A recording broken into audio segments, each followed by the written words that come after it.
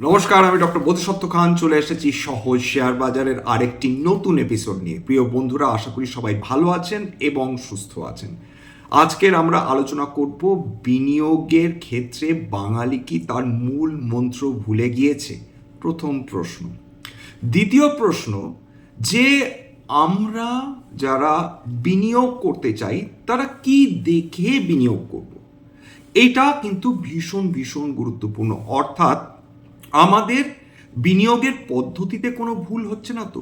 কত দিনের জন্য বিনিয়োগ করছি, কেন বিনিয়োগ করছি, কি লক্ষ্য আমাদের, সেইগুলো যদি আমাদের কোনো স্বচ্ছ ধারণা না থাকে, সেক্ষেত্রে আমরা নানা কারণ নিয়ে ব্যতিব্যস্ত হয়ে পড়ব। কেন শেয়ার বাজারে আমাদের ধরে রাখা শেয়ারে পতন হচ্ছে সেই নিয়ে অত্যাধিক চিন্তা করব। সুতরাং আসুন আজকের আলোচনা শুরু করা যাক।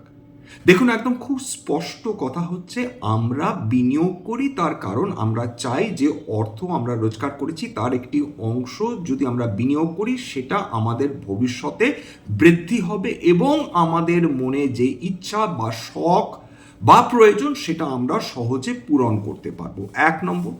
দু নম্বর, আমাদের দ্বিতীয় যেটা লক্ষ্য, যে দেখুন যেভাবে জিনিসপত্রের দাম বৃদ্ধি হয় তার পেছনে অন্যতম কারণ অবশ্যই মূল্য বৃদ্ধি।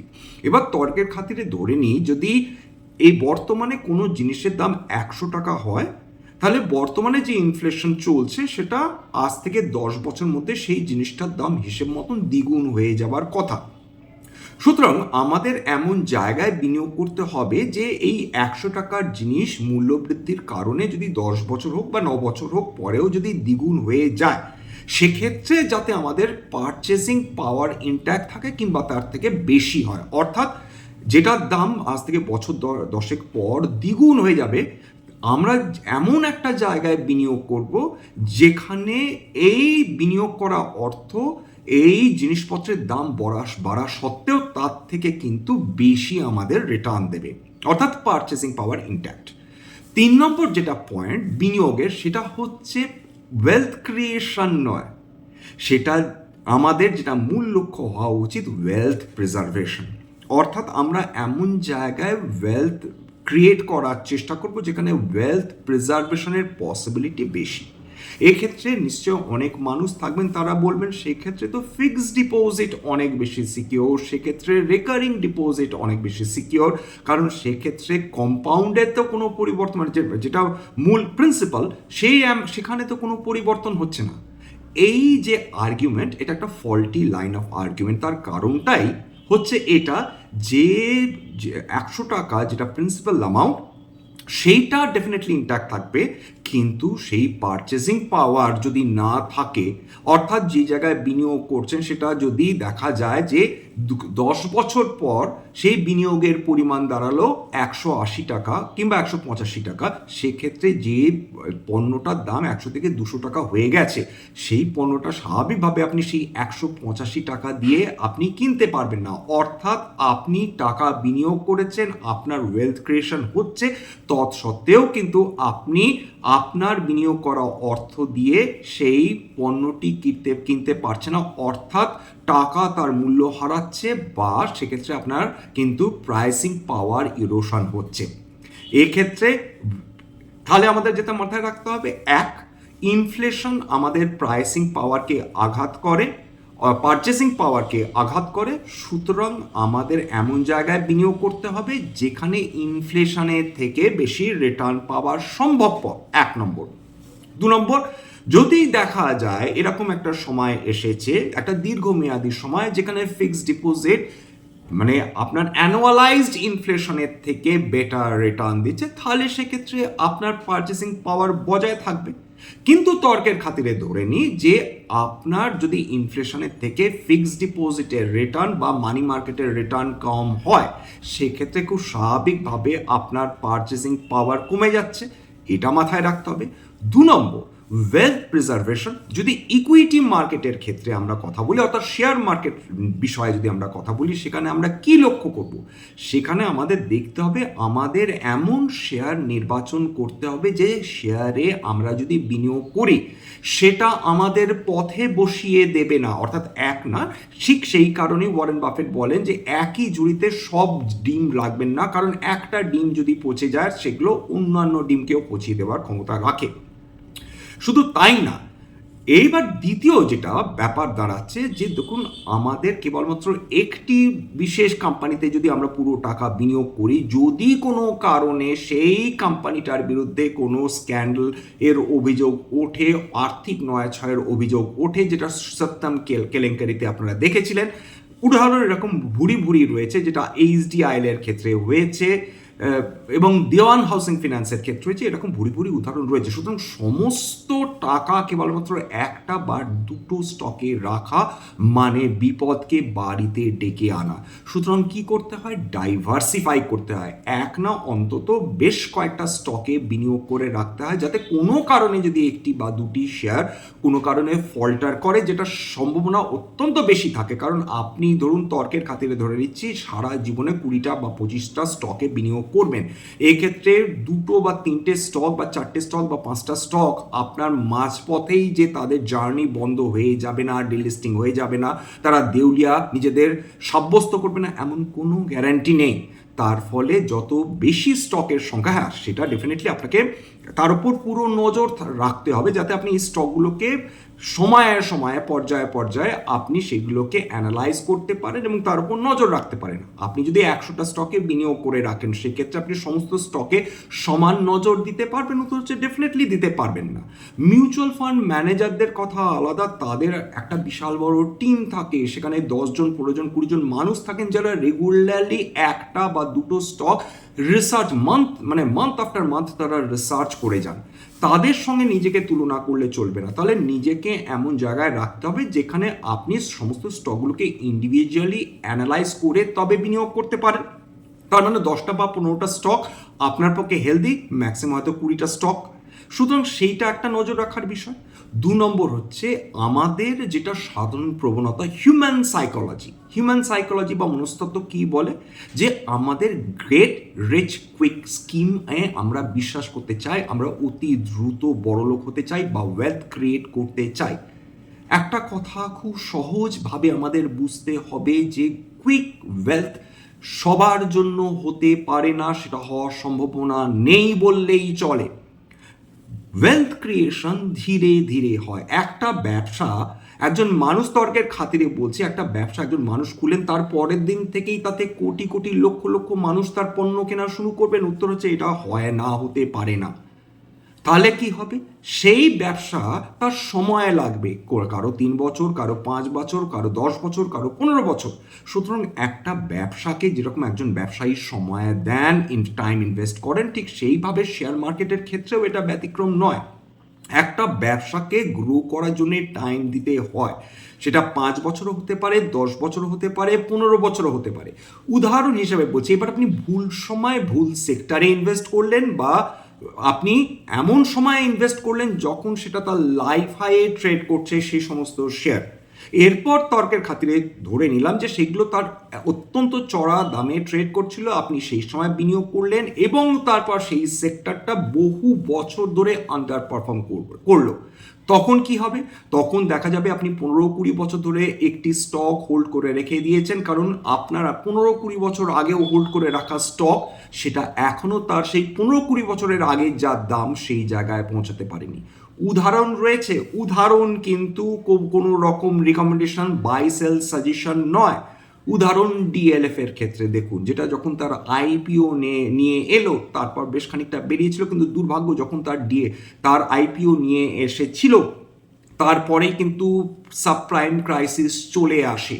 তারপর থেকে কিন্তু রিয়েল এস্টেট সেক্টরে দুর্দান্ত পতন হওয়া শুরু করে। 2003 থেকে 2007 সেই সময় লিটারালি রিয়েল এস্টেট সেক্টরে বুম এসেছিল, কয়েকশো পার্সেন্ট বেড়ে গেছিল একটা রিয়েল এস্টেট স্টক। তারপর কি হলো, হাঁড়ির হাল হয়ে গেল 2008 থেকে লিটারালি 2020 বা 2021 অব্দি রিয়েল এস্টেট যে জার্নিটা 14-15 বছর ধরে রিয়েল এস্টেট সেক্টর প্র্যাকটিক্যালি কিচ্ছু করে উঠতে পারেনি। মেটাল সেক্টরের দিকে খেয়াল করে দেখুন, মেটাল সেক্টর সাবপ্রাইম ক্রাইসিসের আগে ভালো পারফর্ম না করলেও রিজনেবলি পারফর্ম করেছিল। তারপর সেই যে 2007 থেকে লিটারালি 2000 ওই কোভিড পরবর্তী সময়ে এই 13-14 বছরে মেটাল সেক্টর কিছু করে উঠতে পেরেছে? উত্তর হচ্ছে লিটারালি কিছু করে উঠতে পারেনি। তারপর কোভিড পরবর্তী সময় থেকে যেটা শুরু হলো সেটা হচ্ছে এই ধরনের সেক্টরের সুদিন শুরু হলো। এক, হেলিকপ্টার মানির দৌলতে বিভিন্ন গভর্নমেন্ট তারা billions of dollars, lakh lakh crore টাকা তারা বাজারে ঢাললেন, মানুষের ইনভেস্ট করলেন, কারণ তখন প্রয়োজন হয়ে পড়েছিল কোভিড পরবর্তী সময় যাতে মানুষদের বাঁচিয়ে রাখা সম্ভব হয়। ইজি মানি ছিল, হেলিকপ্টার মানি ছিল, যার ফলে বিপুল পরিমাণ টাকা আমাদের ইকোনমিতে চলে আসে বিভিন্ন সেক্টরে, সেই টাকা খাটতে থাকে। শুধু তাই নয়, ইন্টারেস্ট রেট অত্যন্ত কমিয়ে দেওয়া হয়েছিল, মোরেটোরিয়াম দেওয়া হয়েছিল বিভিন্ন যারা টাকা সেই সময় পেমেন্ট করতে পারছিলেন না ব্যাংকে বা নন ব্যাংকিং ফিনান্সিয়াল কোম্পানিজে, যার ফলে এই ধরনের সেক্টরগুলোতে বাড়ন্ত দেখতে আরম্ভ করি। কোভিড পরবর্তী সেক্টরে মানে পরবর্তী সময়ে আরও কিছু সেক্টরের লাইমলাইটে চলে আসে। তার মধ্যে কি, ফর দ্য ফার্স্ট টাইম আমাদের এই বিশ্বাসটা দৃঢ় হতে শুরু করে যে কেবলমাত্র ফসিল ফুয়েলের উপর আমাদের ডিপেন্ডেন্ট না হলেও চলবে। অর্থাৎ বিদেশ থেকে যে 80% জ্বালানি তেল আমরা কিনে ভারতবর্ষে নিয়ে আসছি, এখন থেকে যত দিন যাবে, যত আমরা ভবিষ্যতের দিকে এগোবো, তত আমাদের জ্বালানি তেলের প্রয়োজনীয়তা থাকবে না। চলে এলো রিনিউয়েবল এনার্জি, বিশাল বুম শুরু হয়ে গেল রিনিউয়েবল এনার্জি সেক্টরে। সোলার এনার্জি বলুন, উইন্ড পাওয়ার বলুন, মানে সেগুলোকে রিপ্লেস করতে শুরু করলো traditional fossil fuel. Electric vehicles চলে এলো এখন তো কলকাতা বলুন বা শিলিগুড়ি বলুন, দিনহাটা বলুন, দিল্লি বলুন, ত্রিবান্দাম বলুন, তিরুপতি বলুন, সব জায়গায় ইলেকট্রিক ভেহিকেলসের যাকে বলে পয়মাল, সব জায়গায় ইলেকট্রিক ভেহিকেলস চলে এসেছে। অন্তত মানে মোটামুটি 10টা গাড়ির মধ্যে একটা আপনি দেখতে পাবেন সবুজ নাম্বার প্লেট নিয়ে। সেটা বাস হতে পারে, সেটা 4 চাকা হতে পারে, সেটা 2 চাকা হতে পারে, 3 চাকাও হতে পারে। অর্থাৎ ইলেকট্রিক ভেহিকেলসে বুম এলো, ইলেকট্রিক ব্যাটারিজে বুম চলে এলো, রিনিউয়েবল এনার্জি সোলার বলুন, উইন্ড এনার্জি বলুন, সমস্ত কিছুতে একটা বুম শুরু হয়ে গেল। অর্থাৎ নতুন নতুন সেক্টর, যে সেক্টরগুলো আমরা কল্পনা করতে পারিনি, তারা নিজেদের উপস্থিতি জানান দিল। চলে এলো নিউ এজ সেক্টর। হ্যাঁ, নিউ এজ সেক্টরের মধ্যে বা নিউ এজ কোম্পানিজগুলো ডেফিনেটলি প্রফিটেবল হতে পারেনি, কিন্তু তারা একটা নতুন ধরনের বিজনেস আইডিয়া নিয়ে আমাদের সামনে উপস্থিত এলো হয়ে গেল। অর্থাৎ সার্ভিসেস সেক্টর গুরুত্ব পেতে শুরু করলো। এই মানে খুব স্বাভাবিকভাবে এখন সার্ভিসেস সেক্টর মানে আপনাদের কাছে পরিষেবা পৌঁছে দিচ্ছে এরকম বহু কোম্পানির থেকে আপনারা পণ্য নেন বা পরিষেবা নেন, সেটা ওষুধ হতে পারে, খাদ্য সামগ্রী হতে পারে, গ্রসারিজ হতে পারে। সুতরাং তারা লাইমলাইটে চলে এলো। সময় বদলাচ্ছে, পদ্ধতি বদলাচ্ছে, সেক্টর কিন্তু সেক্টর রোটেশন হতে থাকে। যে সেক্টর 10 বছর 15 বছর আগে জনপ্রিয় ছিল সেটা এখন জনপ্রিয় নাও থাকতে পারে। সুতরাং আমাদের সেক্টর ট্রেন্ড আইডেন্টিফাই করতে হবে। যদি সত্যি সত্যি বিনিয়োগ করতে হয়, ঠিকঠাকভাবে বিনিয়োগ করতে হয়, এক ওয়েলথ প্রিজার্ভেশন, এমন কোনো সেক্টরে বিনিয়োগ করব না যে সেক্টরটা ডাইং সেক্টর, যে সেক্টরটা সানসেট সেক্টর, যে সেক্টরে গভর্নমেন্টের নজর সরে গিয়েছে বা নজর নেই। তাহলে কোন সেক্টরগুলোর দিকে নজর রাখবো? সেই সেক্টরগুলোর দিকে নজর রাখবো যেটার প্রতি গভর্নমেন্টের অ্যাক্টিভ ইন্টারেস্ট রয়েছে, যে সেন্টারে গভর্নমেন্ট কেন্দ্রীয় বাজেটে বিপুল টাকা অ্যালোকেট করে থাকেন, যে সেক্টরগুলো গোটা বিশ্বে তাবড় দেশগুলোর সঙ্গে বা সেক্টরগুলোর সঙ্গে লড়াই করার ক্ষমতা থাকে। খুব স্বাভাবিকভাবে সানরাইজ সেক্টর বলতে কোনগুলোকে বলে? সেমিকন্ডাক্টার্স রয়েছে, ইলেকট্রিক ভেহিকেলস রয়েছে, ইলেকট্রিক ব্যাটারিজ রয়েছে, রিনিউয়েবল এনার্জি রয়েছে, এই ধরনের হেলথ কেয়ার সার্ভিসেস রয়েছে। এই ধরনের সেক্টর যেগুলো গভর্নমেন্টের অ্যাক্টিভ সাপোর্ট পাচ্ছে, যেটা আমাদের দেশে নতুন করে ইভলভ করছে, ইমার্জ করছে। ডেটা সেন্টার একটা নতুন কনসেপ্ট, এগুলো কিন্তু কোনোভাবে রিকমেন্ডেশন না। আমি কেবল বলছি কোনগুলোকে সানরাইজ সেক্টর হিসেবে দেখা হচ্ছে, কোনগুলোকে সানসেট সেক্টর হিসেবে দেখা হচ্ছে। যে সেক্টরগুলোতে মারাত্মক অপারেটিং প্রফিট মার্জিন থাকার সম্ভাবনা কম, রিটার্ন অন ক্যাপিটাল এমপ্লয়েড থাকার সম্ভাবনা কম, রিটার্ন অন ইকুইটি থাকার সম্ভাবনা কম, যে সেক্টরগুলো আমাদের দারুণ আনকম্পিটিটিভ, অর্থাৎ মানে তাদের ক্ষেত্রে তাদের প্রাইসিং পাওয়ার নেই বললেই চলে, সেই সেক্টরগুলো থেকে সাবধান থাকা। যে সেক্টরগুলোতে হাই এন্ট্রি ব্যারিয়ার রয়েছে, অর্থাৎ আমি আজকের ব্যবসা শুরু করব বলে কালকের মানে আজকেরই ব্যবসা শুরু করে দিলাম এরকম হওয়ার সম্ভাবনা নেই। মেটাল অ্যান্ড মাইনিং সেক্টর দেখুন, টেলিকম সেক্টর দেখুন, এইখানে হাজার হাজার লক্ষ লক্ষ কোটি টাকার বিনিয়োগ রয়েছে। দুটো কি তিনটে কোম্পানি হার্ডলি থাকবে, এয়ারলাইন সেক্টর তার মধ্যে অন্যতম, যে সেক্টরে ইচ্ছে করলেই যে কোনো কোম্পানি যে কোনো মানুষ যখন খুশি তারা ইনভেস্ট করতে পারেন না। এই ধরনের সেক্টরগুলোকে নজর দিতে হবে। তাছাড়া সেই সেক্টরগুলো সম্বন্ধে সাবধান থাকুন যে সেক্টর অলরেডি মারাত্মক জনপ্রিয় হয়ে গেছে, বিগত 2-3 বছরে অত্যাধিক উত্থান হয়ে গেছে, যে স্টকসগুলোর বাজার দর অত্যাধিক চড়া, অত্যন্ত হাই পিতে ট্রেড করছে। অত্যন্ত হাই পিতে ট্রেড করলে যদি তার নাম কোনো স্ক্যান্ডেলের সঙ্গে তার নামের সঙ্গে যদি কোনো ধরনের তার নাম যদি কোনোভাবে কালিমালিপ্ত হয়, সেক্ষেত্রে সেই স্টকের 40-50-60% পতন হওয়াটা যে অস্বাভাবিক নয়, সেটা আপনারা 1 বছর ধরে দেখেছেন, 2 বছর ধরে দেখেছেন, 3 বছর ধরে দেখেছেন, কোনো পার্টিকুলার শেয়ারের নাম নাই বা করলাম। সুতরাং কোনো সময় মেটাল ভালো করবে, কোনো সময় স্টিল ভালো করবে, কোনো সময় ইনফ্রাস্ট্রাকচার ভালো করবে, কোনো সময় রিয়েল এস্টেট ভালো করবে, কোনো সময় রিনিউয়েবল এনার্জি ভালো করবে, কিন্তু প্রত্যেকটা সেক্টর প্রত্যেক বছরই নিরন্তর ভালো করে চলবে এরকম ভারতবর্ষের শেয়ার বাজারের ইতিহাসে এরকম নেই। কোনো একটা সেক্টর হয়তো পরপর 2 বছর ভালো করলো, কিন্তু দেখা গেল যে পরপর 3 বছর তার 3 বছর কোনো পারফরমেন্সই করলো না, সাইড ওয়াইজ মুভমেন্ট করলো। এছাড়া আমরা কোন ধরনের শেয়ারে বিনিয়োগ করছি, কেন লার্জ ক্যাপ শেয়ারসগুলো যে কোনো মিউচুয়াল ফান্ড ইনভেস্টার্সদের নজরে প্রথমে থাকে, কারণ লার্জ ক্যাপ কোম্পানিজ মানে ভারতবর্ষের সেরা বা অন্যতম সেরা কোম্পানিগুলোর মধ্যে, সেই কারণেই তো তারা লার্জ ক্যাপ। তারা স্টেবিলিটি ডায়েট, তারাও উত্তাঙ্গ মুভমেন্ট মানে উত্থান দেবে এরকম সম্ভাবনা কম। তারা যে মুভমেন্ট দেবে সেটা রিজনেবল, ইনফ্লেশনকে বিট করবে, ডেফিনেটলি বিট করবে, কিন্তু তারা আউটস্ট্যান্ডিং রিটার্ন কখনো দেবেন না, কারণ তারা অলরেডি ম্যামাউথ হয়ে গেছে, তাদের বিজনেস অলরেডি এস্টাবলিশড ম্যাচিওর। সেক্ষেত্রে তারা যেটা দিতে পারে একটা হ্যান্ডসাম ডিভিডেন্ড দিতে পারে, একটা রিজনেবল গ্রোথ দেখাতে পারে, কিন্তু আউটস্ট্যান্ডিং গ্রোথ দেখাবে এরকম সম্ভাবনা কম। 2 নম্বর হচ্ছে মিড ক্যাপ। জেনে শুনে বিনিয়োগ করতে হয় মিড ক্যাপ স্মল ক্যাপ শেয়ারসগুলো। যদি আপনি তর্কের খাতিরে ধরে নিচ্ছি কোনোটাতে 100, 120, 130, 140, 200, 250 এরকম যদি পিইতে আপনি বিনিয়োগ করেন, high price to book value, কোনোটা 13, 20, 30, বা তার যদি প্রাইস আর্নিংস গ্রোথ রেশিও কোনোটা 5, 6, 7, 8 হয়, তার যদি রিটার্ন অন অ্যাসেট যদি 1-এর কম হয়, এরপরেও যদি আপনার মনে হয় না সবাই কিনছে আমিও কিনি, আমি লাফিয়ে পড়ে সেই ধরনের মিড ক্যাপ বা স্মল ক্যাপ স্টকসে বিনিয়োগ করলাম, তাহলে আখেরে ক্ষতিটা কার হবে?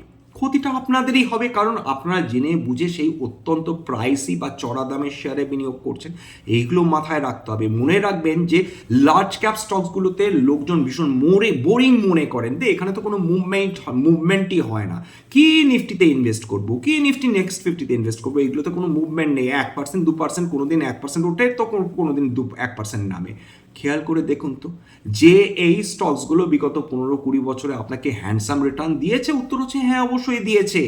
এত ঝড়ঝাপটা দেওয়ার সত্ত্বেও কিন্তু এই স্টকসগুলো আপনার ক্যাপিটালকে প্রোটেক্ট শুধু করেনি, ইনফ্লেশনকেও বিট করেছে, হ্যান্ডসাম ডিভিডেন্ডও দিয়েছে, যেটা আপনার সেকেন্ড স্ট্রিম অফ ইনকাম বা প্যাসিভ ইনকাম হিসেবে আপনার সামনে উপস্থিত হয়েছে। এটা মাথায় রাখা। 2 নম্বর, মিড ক্যাপ এবং স্মল ক্যাপে যখন বিনিয়োগ করব তখন অর্থ আমার জন্য সৃষ্টি হয়ে যাবে, সম্পদ সৃষ্টি হয়ে যাবে, এরকমটি হয় না। আপনি কেবলমাত্র স্মল ক্যাপ দেখুন, যেখানে নিফটি 10%-এর বেশি রিটার্ন দিয়েছে এ যাবৎকাল, অর্থাৎ 13ই ডিসেম্বর অবধি, সেখানে সেন্সেক্স রিটার্ন দিয়েছে 9%-এর উপর, সেখানে স্মল ক্যাপ রিটার্ন দিয়েছে নেগেটিভ, অর্থাৎ 7.7% নেগেটিভ রিটার্ন দিয়েছে। 100 টাকা 2025-এ 1 জানুয়ারি বিনিয়োগ করলেন, এখনো অবধি সেটা হয়তো আপনার 92 টাকা 30 পয়সা এসে দাঁড়াতো। সেই জায়গাটায় যদি নিফটিতে বিনিয়োগ করতেন সেটা 100 জায়গায় 110 টাকা এসে দাঁড়াতো। পার্থক্যটা এটাই। সুতরাং মাথায় রাখতে হবে যে মিড ক্যাপে বিনিয়োগ করার একটা সময় রয়েছে, স্মল ক্যাপে একটা বিনিয়োগ করার একটা সময় রয়েছে। অতীতে কি হয়েছে সেটা দেখে যদি কোনো কোয়ালিটি মিড ক্যাপ বা স্মল ক্যাপে বিনিয়োগ করেন তাহলে বিপদে পড়বেন। ইলিশ মাছ 1000 টাকায় কিনে খেতে পারেন, কিন্তু ইলিশ মাছ যদি 5000 টাকায় কিনে বাড়িতে নিয়ে আসেন, আপনার হয়তো এই গর্ববোধ হবে আমি 5000 টাকায় ইলিশ কিনলাম, প্রকৃতপক্ষে আপনার কি সেই অর্থে কোনো উপকার হবে? প্রকৃতপক্ষে আপনি কি নিজের পকেট থেকে অত্যাধিক টাকা দিলেন না? মাছটা ইলিশ নিঃসন্দেহে অত্যন্ত ভালো, কিন্তু তারও তো একটা নির্দিষ্ট দাম রয়েছে। আপনার যেটা ক্ষমতা তার বেশি যদি অত্যাধিক দাম দিয়ে কোনো জিনিস কেনেন, ক্ষতিটা কার হবে? ক্ষতিটা আপনারই হবে। ভালো ভালো কোম্পানি কোয়ালিটি ইলিশ মাছের মতন, কিন্তু তার জন্য অত্যাধিক দাম দিয়ে যদি সেই ভালো কোম্পানিতে বিনিয়োগ করেন, যখন কারেকশন আসবে হাত তো আপনাকেই কামড়াতে হবে। এইটা কিন্তু আমাদের মাথায় রাখতে হবে। মনে রাখবেন, বোরিং স্টকস, লো বিটা স্টকস আপনাকে স্টেবিলিটি দেয়। স্টকে কোনো মুভমেন্ট হচ্ছে না, খুব ভালো, তার মানে সেটাতে অত্যাধিক যত ভোলেটিলিটি হবে তত বেশি সম্ভাবনা স্টকে অত্যাধিক পতন। উত্থান যেরকম হওয়ার সম্ভাবনা রয়েছে সেই মানে হাই বিটা স্টকসগুলোতে, অর্থাৎ যেখানে ভোলেটিলিটি বেশি, সেগুলো অত্যাধিক পতন হওয়ারও সম্ভাবনা রয়েছে। আজকে এখানে শেষ করব। আশা করি এই ধরনের এপিসোড আপনাদের ভালো লাগলো বা লাগবে। যদি মনে হয় যে এই ধরনের এপিসোড সত্যি সত্যি আমাদের বাঙালি ভাই বোনদের জীবনে একটুখানি ভ্যালু অ্যাড করতে পারবে, প্লিজ একটা লাইক দেবেন, সাবস্ক্রাইব করবেন, এবং যদি সম্ভব হয় নিজে নিজে গ্রুপে শেয়ার করে দেবেন, যাতে বহু বাঙালি বিনিয়োগকারীর কাছে পৌঁছে যায়। স্ট্যান্ডার্ড ডিসক্লোজার সেই অর্থে কিছু দেওয়ার নেই। স্ট্যান্ডার্ড ডিসক্লেমার, এটা কেবলমাত্র একটা এডুকেশন চ্যানেল। বাঙালি বিনিয়োগকারীর এদের জন্য ইনভেস্টার অ্যাওয়ারনেস বৃদ্ধি হচ্ছে মূল উদ্দেশ্য, এবং যে কোম্পানিগুলোর নাম যদি আলোচনা করে থাকি উদাহরণ হিসাবে কোনো বাই সেল রিকমেন্ডেশন নয়, সবসময় নিজের সেবি রেজিস্টার্ড ইনভেস্টমেন্ট অ্যাডভাইজারের পরামর্শ নেওয়ার চেষ্টা করবেন বা নিজের ডিউ ডিলিজেন্স করবেন, সেক্ষেত্রে আপনি উপকৃত হলেও হতে পারেন। নমস্কার।